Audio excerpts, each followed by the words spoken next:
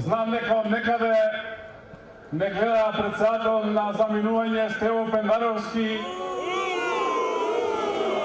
и мислам дека скупно во сите собери заедно да собери волку народ нема колку што вечера имаме во Прилеп. Благодарам што сте тука.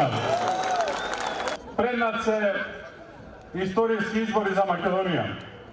Избори кои што ќе одредат судбината на Македонија во следните 20 до 30 години. Не случајно нервозата е голема и на страна на Пендаровски со се цело СДСМ и на страна на Дуи.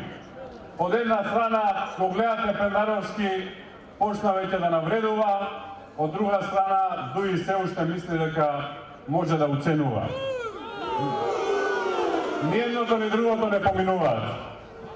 Стево Пендаровски наместо да одговори зошто штити криминал, зошто ги подпиша спорните измени на кривичниот законник со кои што се штитат криминалците, наместо да одговори како прифаќа ваши народни крадени пари за финансирање на неговата кампања и наместо да одговори зошто не осуди ни една криминална афера во Македонија, тој навредува. Тоа само го покажува неговото вистинско лице. Гледам од туи се уште мислат дека можат да оценуваат, па велат доколку сакате ова или она, треба да поддржите избор на председател на државата во собрание. Не им порачаме од овде. Председател на државата се бида и ќе се бида директно од народот, од вас на непосредни избори. Ниједна уцена нема да помине, не се во позиција да уценуваат, а вие со масовната известност и на 24 април и на 8 мај ќе кажете едно големо не на уцените доста е.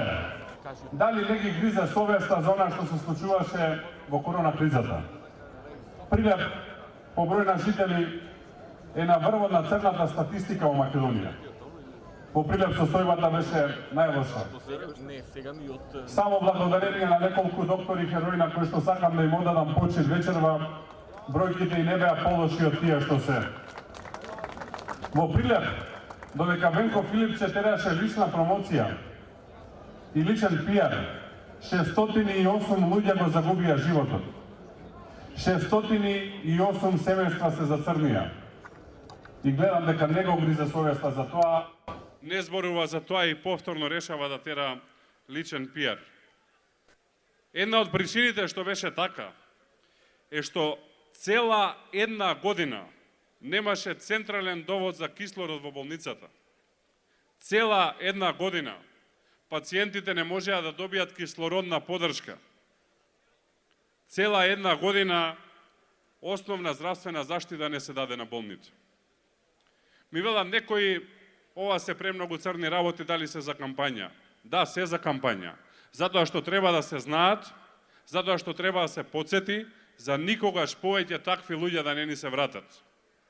И финално, се сеќавате ли на она епска забеганост, кога после година и пол од почнувањето на корона кризата, после година и пол субстандардни услови во Прилепската болница, решија да изградат модуларна болница и на 2 април 2021 година истиот тој Венко Филипче со втората на листава после него Јована Тренчевска со хеликоптер дојдоа овде каде ја отвараат.